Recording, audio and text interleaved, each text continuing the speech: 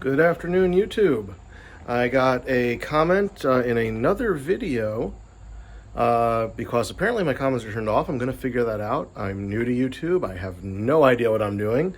This is all being done on my phone, so keep in mind the shakiness. Maybe I'll get a stand. We'll see how people like it. But I got a response asking me to talk about some of my other vices. So, I mean, right here, I actually have some printouts. These are not original. I printed them out off the internet.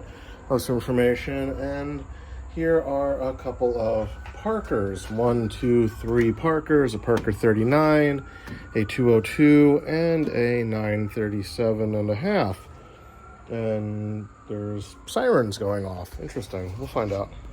Don't think it's anything. I'm in a rural area in upstate New York. I love it here, which is awesome. Pardon my hand over the camera. Like I said, I'm learning all this stuff. So I will figure out how to turn comments on when I do. Please feel free to tell me all things I'm screwing up. This is going to just kind of be fun. But I'm going to walk back here in the garage. Garage. I'm going to garage. I use it as a shop. But here we have a Parker number 4. Now this one is really kind of interesting. This weighs about 80 pounds. It's got 5 1/4 inch jaws. This is all old cast iron. But one of the things that makes this interesting, let me see if I can move this. Hold on a sec. Okay, there we go. As I flip this egg boy over, you see this shelf here? I can see it on the camera. Okay, good. But this shelf here, so this is something that changed in a lot of later style vices. This is a straight shelf. On old benches, you were supposed to V out a little section here on it for it to sit for extra stability. You can also see how blocky this shelf is. You can see the casting lines here. This was cast as a single piece of ductile or gray or cast iron. And the number 4, Parker changed their models a little bit. Parker's one of the ones that didn't really use straight 2 inch, 3 inch, 4 inch, 5 inch. They have a lot of 3 1/4, 4 1/4, 4 3/4, 5 1/4. Only at the really big ones, the 6 inches and bigger, did they actually kind of go 6, 7, 8. Most Vise companies in the US, like this here, this little guy here, this is one of the very first ones I ever restored. I did not do the greatest paint job on it, learned a lot. I've actually dremeled some of that off over time. This was made by Standard. Let's see if I can get that in the picture here.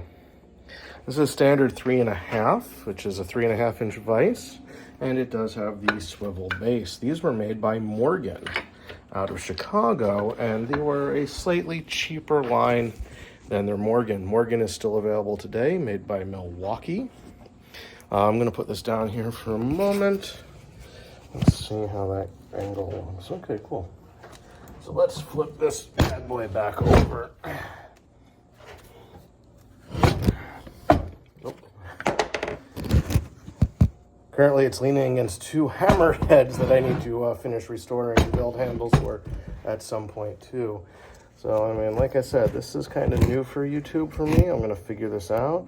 And I think I'll do some videos as I do the restoration on this big piece at some point, because I think this is going to end up being one that I actually keep as a user. I do sell a lot of ones I restore because I primarily collect Athol brand vices. Athol Starrett.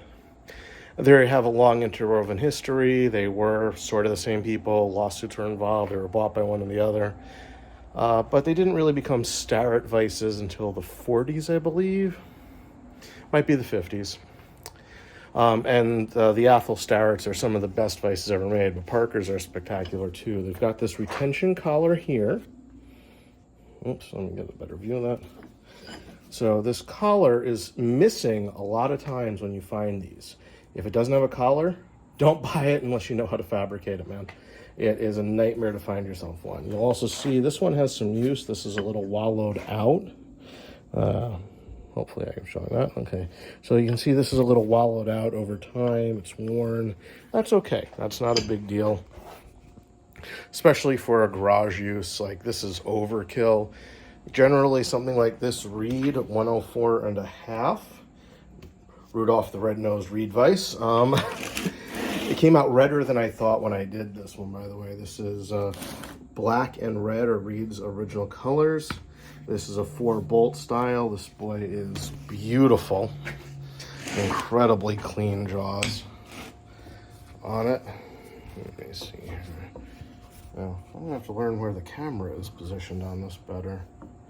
And then down here below my bench, this is a project I'm definitely looking forward to getting to. This is Apprentice 22, unmarked style, 6-inch vise, about 150 pounds. Next to it there we have Apprentice 20, which I've restored. And this Prentice, I believe it's a 4, which is also a 4.5-inch jaw. I'm missing this. This is seized up tight. That's a nightmare and a half. I will eventually need to get some Evapor Rust or something and soak it for a while. But I'm waiting on this one, and I'm going to try to do videos as I do this of what I do with it. So, you know, I just kind of want to put myself out there. It's a fun hobby. I enjoy myself. I do keep collecting some of these because they're awesome. I think classic tools are amazing. I actually have a small collection of made in New York tools. I've got a couple of vices, wrenches. Prentice was made in New York. Franklin was made in New York. Oswego Sawyer Tool Company, New York. There's Phoenix, which made some Colton pattern vices, like this little one here. By the way, this is a 1-inch vise, 1-inch jaws. Take a look at it on this 5.25-inch. It's insane. I just got this at a yard sale the other day. I'm super happy about it. Vice collecting is weird, just like collecting anything is weird. I'm rambling, I'm chatting, and this is just kind of a test video, see what kind of response I get. I am gonna, like I said, figure out if I can get comments, and talk to me. Tell me if there's anything you see me going on here that's interesting. I'm gonna give you a little garage shop tour real fast. I'm gonna turn this around. So I've got my bandsaw here. I've got a bench grinder on a stand here. You'll notice these are all on double bound 1/2-inch plywood stands with locking casters. My drill press, my forge, which I first started playing with vices after I picked one up to learn as I'm teaching myself to forge, with some beautiful, nice antique hammers that have been restored, and including a literal brand new one made by Ilya in the Japanese style that is super comfortable and is a real lightweight version of the styles he makes. He really doesn't make anything under 4 pounds. That one's a little under 4 pounds. And then we've got these vices up here. Now we've got an Athol I restored, again, an early one. I need to learn better taping jobs. This is a more modern 3-inch Yost. This is an 1800s Trenton Coachmaker's vise, 4-inch vise. This is really rare. This is a farm style vise, no brand that I can discover on it. These were made by a number of companies. This is an unusual Athol. This is a 612. They have a ratcheting meatball style. I still need to actually fabricate a spring and screw here, and I need to get myself or make myself a handle on this.